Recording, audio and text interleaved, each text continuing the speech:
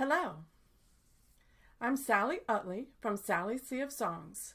Welcome to my session here at the Music Crew Virtual Conference 2021, Reset and Renew. Today, I will be talking about program preparation and offering teaching strategies to avoid rehearsal boredom. As a music educator for many years, I have put on a variety of programs in my elementary school, and I often came up on this problem: how to teach program repertoire while still engaging my learners and avoiding the repetitive I sing, you sing strategy. I developed some strategies myself and found that the solution was to select a focus area for each song or a section of a song in my repertoire, and then arrange my rehearsals to include a variety of those focus areas. Today we're going to learn 2 adaptable framework strategies and 7 focus areas that will help us in keeping our rehearsals varied and interesting and productive. A framework strategy is a structure for your activity where the rules will stay the same, but the content can be changed based on the needs of your repertoire. Once the students learn the rules, you spend much less time describing how to do the activity and much more time focused on the content that you need them to learn. We'll talk about 2 framework strategies. The focus areas are elements of music or movement that might serve as a main vehicle for teaching a song. The focus areas that we will look at today are solfege patterns, rhythm patterns, form, melody and melodic line, lyrics, movement or dance, and cultural connections. So let's get started with our first framework strategy, the rote song procedure. This song comes from the research of Dr. Edwin Gordon, and you can find this image and some more information about the rote song procedure at the link that's on the screen, and the link is also in the handout. The rote song procedure is a series of steps for introducing a song, teaching it by rote. I want you to notice that the key factor in the success of this procedure is separating the lyrics from the melody. Children have spent so much of their early years on the acquisition of language that when we combine the lyrics and the melody, they will naturally gravitate to the words. And a second thing that will happen is that they will tend to jump right in using their speaking voices when you actually want them in their singing voices. So separating the words from the melody will help address both of those issues. Step 1 is just listen to the teacher sing the song, unaccompanied. Step 2 is move your heels to the macro beats, like bounce, bounce, bounce, while listening. Step 3, move your hands, patch lightly on your thighs, or you can pat anywhere, your head, to the micro beats while listening.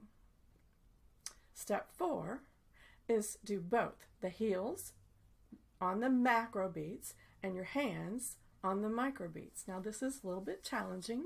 When you first try this procedure, you may want to spend time teaching the procedure so that you don't have to deal with, I can't do that, when you're actually in a program rehearsal. So, but when you're in the program rehearsal, the idea is that students are moving and listening, they have something to do, and that directly relates to the repertoire that you are introducing, and that will keep them engaged. So listening and moving is important. Step 5 is to audiate the resting tone while listening.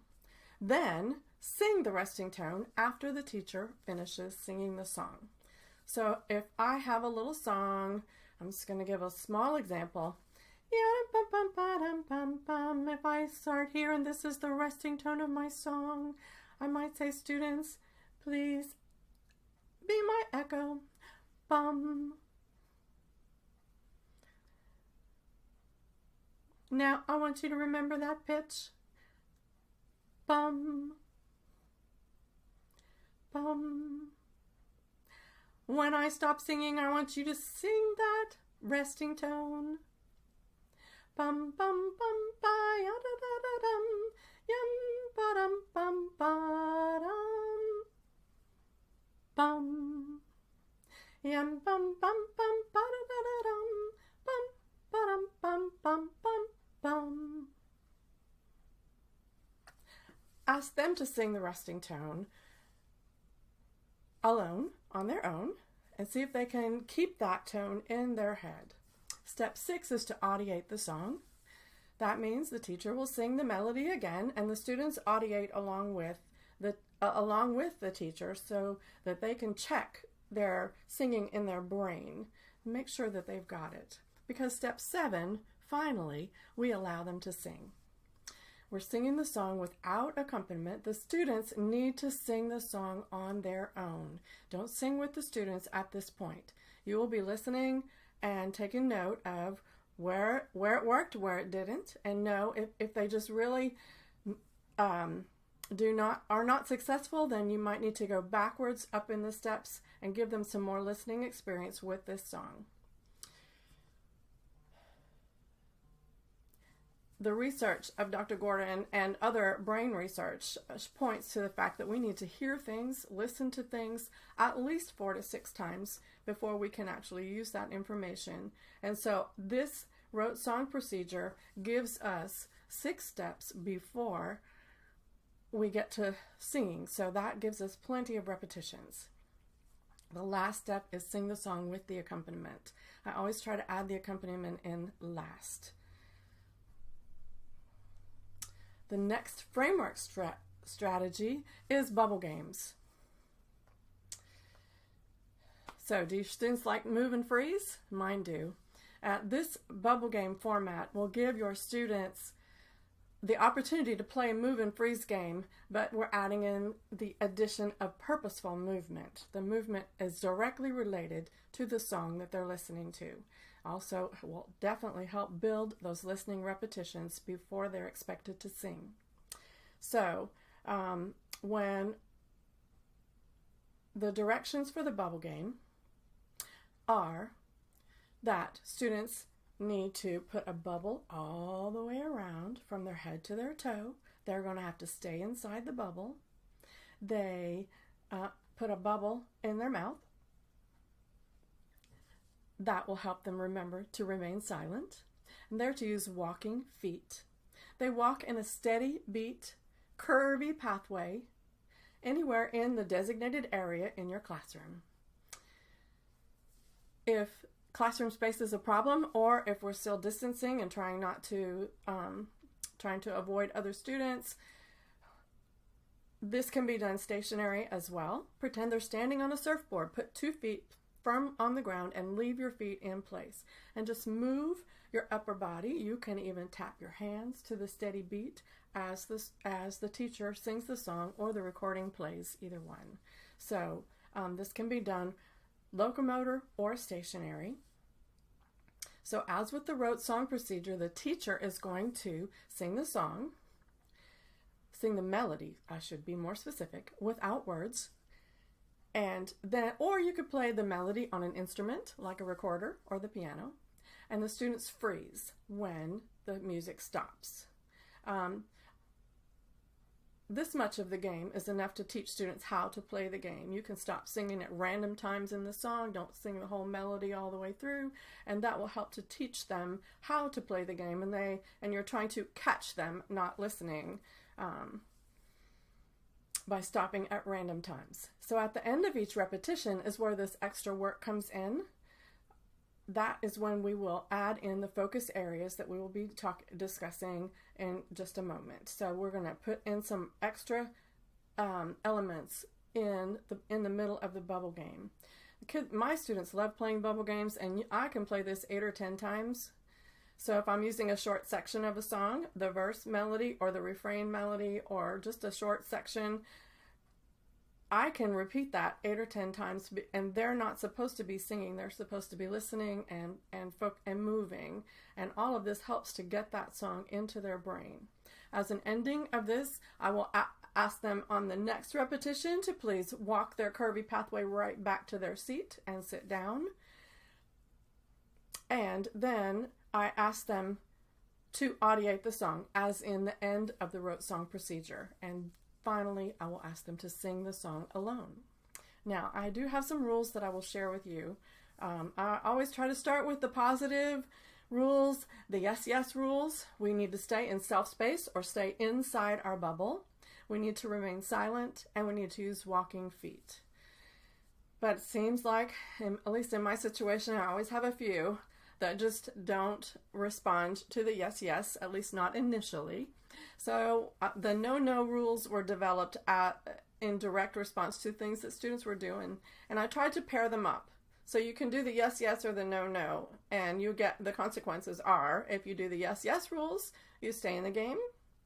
If you do the no rules, you will break your bubble will pop, and you will need to move aside to the bubble garden. I have a designated area in my classroom. It happens to be right next to my sink. There was a tile floor while the rest of the room is carpet. So it was very easy to designate. Go sit on the tile floor. That's the bubble garden. If the bubbles pop, the offending student needs to. So before I get there, there are offending students in my group, I will stop singing so that everybody freezes. And then I will have those students with bubble pop move to the bubble garden, but I'm not going to just sit them there like a timeout. I'm going to give them a job. I want them to stay engaged in the lesson. So while you're there, while your bubble is growing, I need some help. Would you please watch these students? I just can't watch them all. They're walking everywhere. Would you please find someone who's doing a great job? All right, here we go. And we'll play the game again. After that repetition, I'll look at the bubble garden student and say, who was doing a great job? And they will name somebody. It might be their best friend. The student may or may not have been doing a great job, but that doesn't matter exactly. And I said, okay, you may come back in. I find them an empty spot in the room. Come stand right over here and be ready to go and do exactly like that person that you just named. So I try to keep the students engaged even if they are out. And that needs to be a learning process for them. So I will, let's see, I did the rules, and we are now ready to move on to the focus areas. So let's turn the page. There are 7 focus areas that we're going to talk about today. These are things that you can either work with the rote song procedure or the bubble game procedure, one of those framework strategies. So you can embed these into those strategies. Once your students know how to do those things, we add in more, and it helps strengthen our lessons. So these are elements of music or movement or culture that might serve as the main vehicle for teaching the song. So a solfege focus, I usually use this in a bubble game framework. The teacher sings the song or the section of a song on a neutral syllable. The students freeze when the music stops, and then while their feet are frozen, they will echo solfege patterns in the same tonality, keyality as the song. So then repeat. The solfege patterns can be on a neutral syllable. The solfege patterns can be with actual solfege, but the students echo 2 or 3 patterns. Then we sing the song again. While we're walking and moving inside our bubbles, the teacher is singing, the students are not. While we're frozen, the students will echo the patterns. Following the game, I bring them back to their seat, and I ask them to listen or audiate the song and raise their hand when they hear a certain pattern in the song. So you can call attention to patterns this way. The rhythm patterns focus is very similar. You can play a bubble game similar to that solfege game, and instead of using tonal patterns, use rhythm patterns. And you can use neutral syllables or your rhythm solfege of your choice. Another thing that you can do with rhythm is to play a poison rhythm games, where the poison pattern is a pattern that is common in the song. So poison rhythm games, you introduce the pattern, you have the students chant it several times, make sure that they have it in their head, and then say, all right, no more. We're not going to chant that one anymore. This can be either with a visual on your screen, or this can be auditory. Either way you want to make it work. I often use visual just because it keeps me straight. And so we'll read or chant the patterns. Even if the students aren't reading them, I'll chant the pattern from the screen, and they can echo if it's not the poison pattern. But if it's the poison pattern, they should not echo. You can play it as a game where the teacher gets points if they mess up, and students get points when they get it right. But the end result is that you will bring them back to their seats and then listen for that poison pattern somewhere in the song as they listen, so that gets another listening repetition. The third focus area today is form. I love form. I use this a lot. I don't always use it first. So sometimes we just stand and sit. If there's a verse and a refrain in the song, we'll stand for the refrain, because maybe we already learned that through the rote song procedure, and we'll sit and listen to the verse. Stand when the refrain comes back in, sit and listen. You can also do the same with locomotor movements, walk and freeze. You can use Laban efforts, heavy and light, or other efforts depending on the music that you're working with. And you can also have them sing the refrain and audiate the verse. So there are lots of ways to use form in teaching. The fourth is the melodic line. Phrase shapes, especially when the song has beautiful flowing phrases. This is much easier for me to use.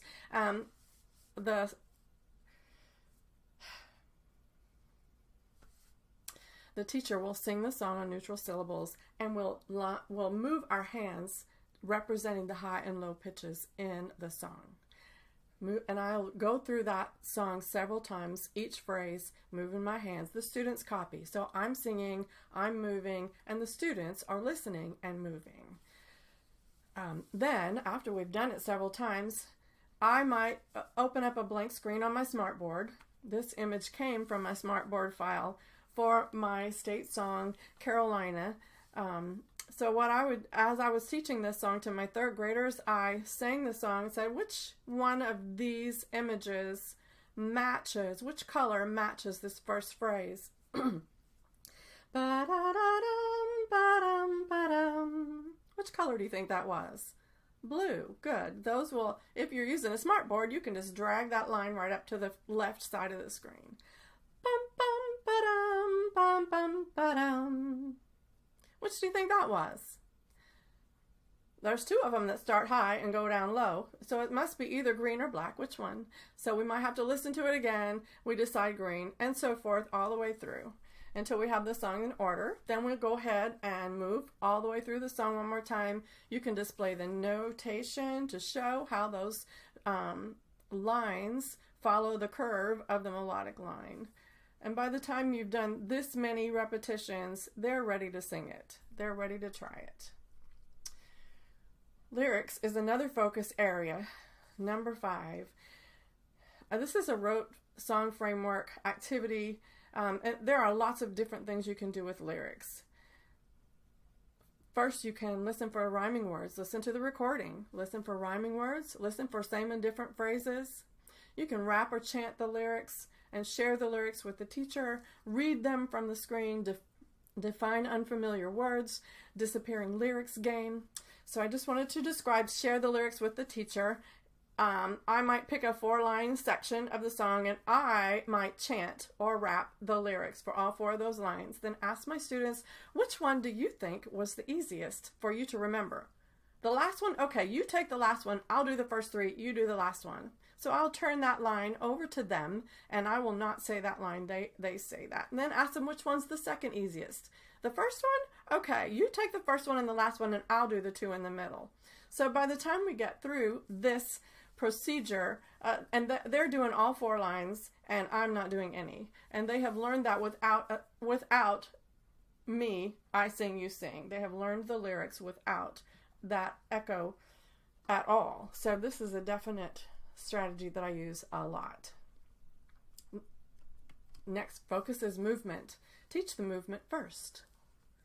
We can listen to the recording and do American Sign Language movements, hand movements to match the lyrics, or dance steps that you intend to use on your program. You can do the movements while listening to the recording. When they're not singing, they haven't learned anything. Just copy you. They can just follow your movements.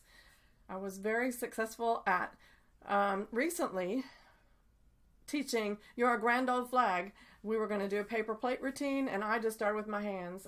I had, you're a grand old flag, you're a high-flying flag, and forever in peace may you wave. And we continued the song. We listened to it. I did my hands, they followed me. Oh, that was fun. So we did it again.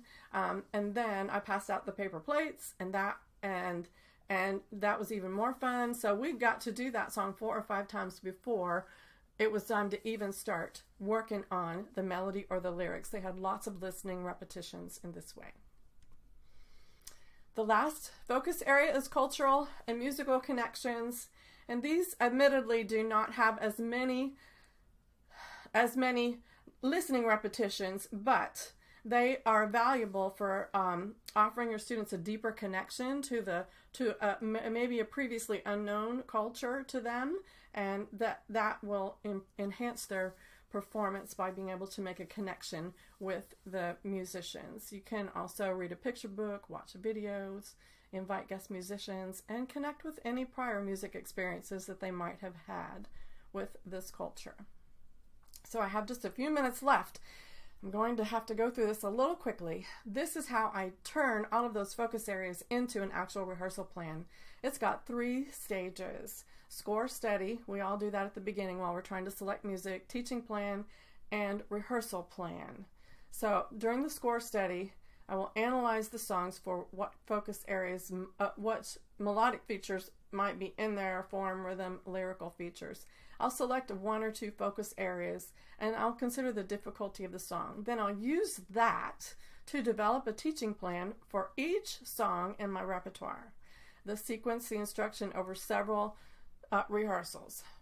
After I have teaching plans for each song, then I'll organize my rehearsal, a single rehearsal, by selecting tasks from several songs and include a variety of focus areas. So let's look at this in the song analysis phase. If my song has a refrain, a verse, and a bridge, the refrain I know is going to repeat more than once, so I might choose rote song procedure for that. The verse may have lots of lyrics, so there's going to be a lyrics focus for that. And the bridge might be shorter and maybe not so many lyrics, so I can introduce that using the form or movement focus areas. And then I want to show you the progression as I'm thinking about a teaching plan, teaching process. Once I've used the rote song procedure for the refrain, the next time it might be a form focus where we sing the refrain and then stand and sing the refrain and then sit and listen to the verse to give us those extra repetition on the melody of the verse. After we've done the lyrics for the verse, we may move on to melodic line and phrases and so forth. So I keep track of this. Sometimes I keep track of it with sticky notes. You know, that's what you do, what you got to do, a notebook. But I do try to keep track of my songs and know what it is I need to teach. And so here's an example. If the refrain maybe has 4 lines, repeats 4 times, I might choose rote song procedure and form. The verses, there's 2, there's 4 lines, and there's a lot of lyrics. It has an ABA rhyme scheme. So maybe I'm going to pick lyrics focus and then melodic contour. as my focus areas. On the bridge, it only has 2 lines. It only occurs once. So I'm going to choose movement and then rote song procedure to teach that melody. So how am I going to get from that analysis and then rehearsal 1 all the way through putting these children on the stage? So I try to plan out my rehearsals. I use that analysis that we already did. And so maybe I'm going to, these things that are coming up on the screen are coming directly from those arrows that were on 2 slides ago. So I might put all of these things into a plan that's going to get me all the way from just introducing the melody only or the rhythm only or the lyrics only into putting it all together down here at the bottom and finding weak spots. I might also put how much time I might need for these so that I can plan rehearsals. And I will create one of these song teaching plans for every song in my repertoire. Now, how do I put those into a rehearsal planning? For a single rehearsal, you're probably going to have multiple songs that you use.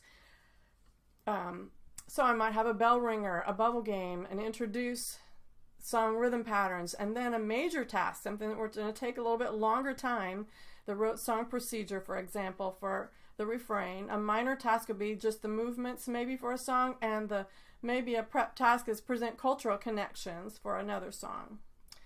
So here's what it might look like on paper. I've got my songs, teaching plans for each song in my repertoire, and I have this concert rehearsal plan is for a single rehearsal.